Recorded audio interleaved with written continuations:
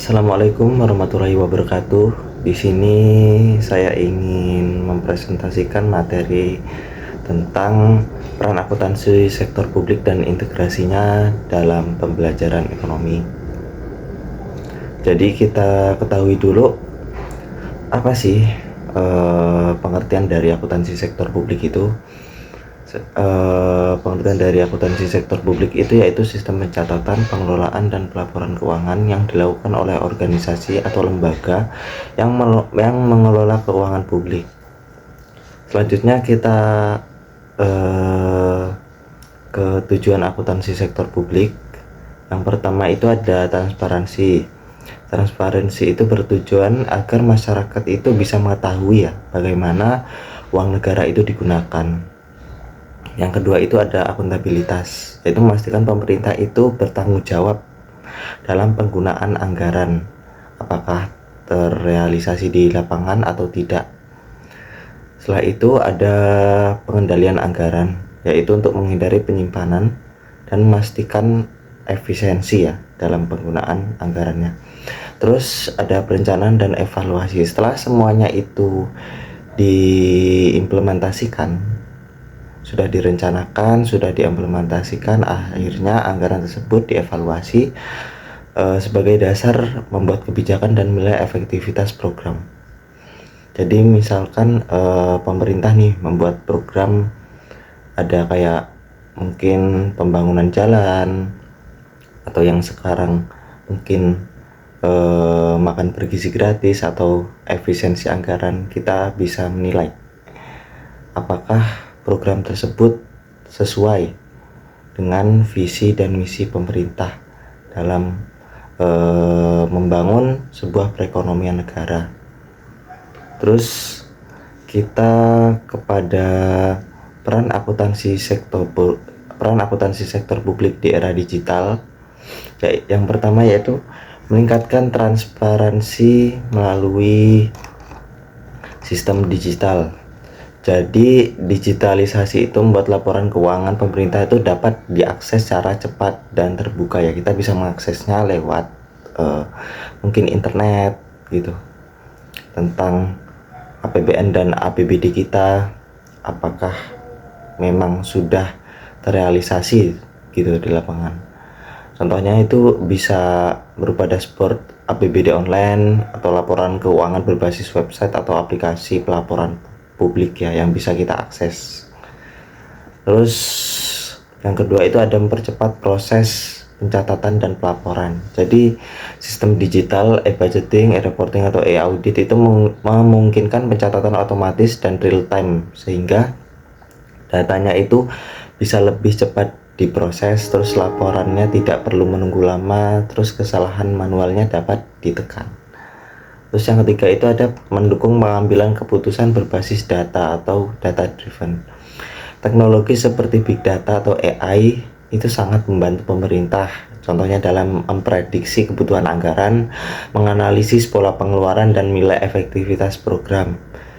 Jadi itu bisa lebih akurat sama efisien. Selanjutnya itu meningkatkan akuntabilitas dan pengawasan. Dengan sistem digital, pergerakan dana dapat dilacak.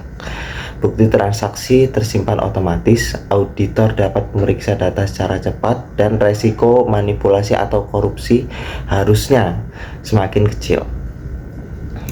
Selanjutnya itu ada interaksi data antar instansi pemerintah. Era digital itu memungkinkan koneksi data antara kementerian, pemerintah daerah, BUMN, instansi pajak, lembaga pengawasan. Integrasi ini dapat mempercepat koordinasi dan meminimalkan duplikasi data, seperti itu.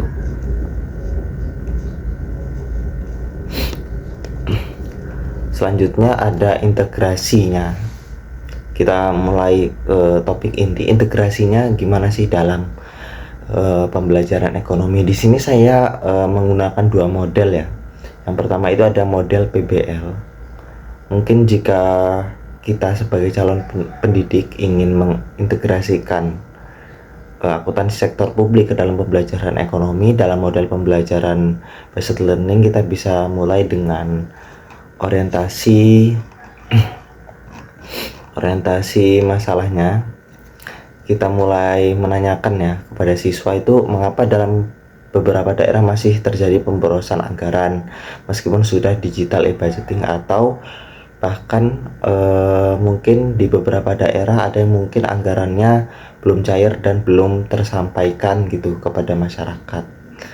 Misalkan guru menampilkan contoh laporan anggaran itu kayak belanja perjalanan dinas terlalu besar, terus pengeluarannya tidak sesuai rencana kerja, anggaran tidak terserap maksimal. Terus habis itu siswa itu diajak kayak berdiskusi gitu, apa yang salah, mengapa ini bisa terjadi, terus bagaimana akuntansi digital ini bisa membantu mengatasinya itu kan. Terus habis itu kita masuki ke identifikasi masalah. Siswa itu kita kelompokkan ke dalam beberapa kelompok untuk mengidentifikasi masalah dalam laporan tersebut. Misalkan tidak ada bukti transaksi yang jelas, anggarannya melebihi, terus datanya nggak sinkron, sistem digitalnya belum digunakan secara maksimal. Habis itu siswa disuruh mencari informasi ini dalam tahap pengumpulan data ya, tentang apa itu akuntansi sektor publik, fungsi e-budgeting itu apa, terus cara kerja sistem digital itu apa, terus contoh kasus transparansi di daerah lain itu seperti apa. Habis itu kita analisis dan pemecahan masalahnya. Kita suruh siswa tersebut menganalisis dan pemecahan pemecahan masalahnya itu seperti apa. Misalkan di sini analisis dan pemecahan masalahnya itu mewujudkan bukti digital pada setiap transaksi, menyinkronkan data antara instansi, menetapkan batas alokasi belanja, terus menggunakan dashboard monitoring real time. Setelah itu siswa disuruh presentasi.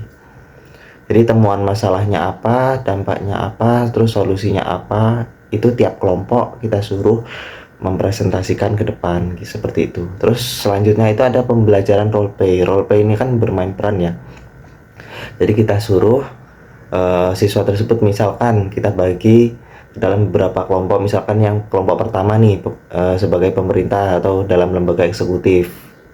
Itu dalam kelompok tersebut kita suruh siswa tersebut menyusun rancangan anggaran atau RAPD, terus menjelaskan prioritas pembangunannya seperti apa, terus menampilkan laporan sistem digitalnya itu seperti apa. Terus ada kelompok 2, misalkan ada DPR atau DPRD sebagai lembaga legislatif, itu menilai rancangan anggaran, memastikan anggaran sesuai kebutuhan publik dan mengkritisi belanja yang dianggarkan gitu.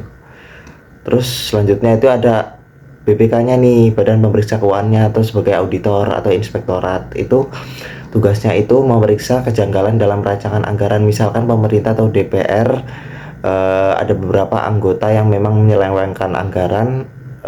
Di sini BPK berperan sebagai auditornya nih, memberikan catatan dan rekomendasi, menyampaikan risiko penyimpangan yang mungkin terjadi gitu. Habis itu kelompok 1 presentasi, kelompok 2 presentasi, kelompok 3 presentasi, seperti itu.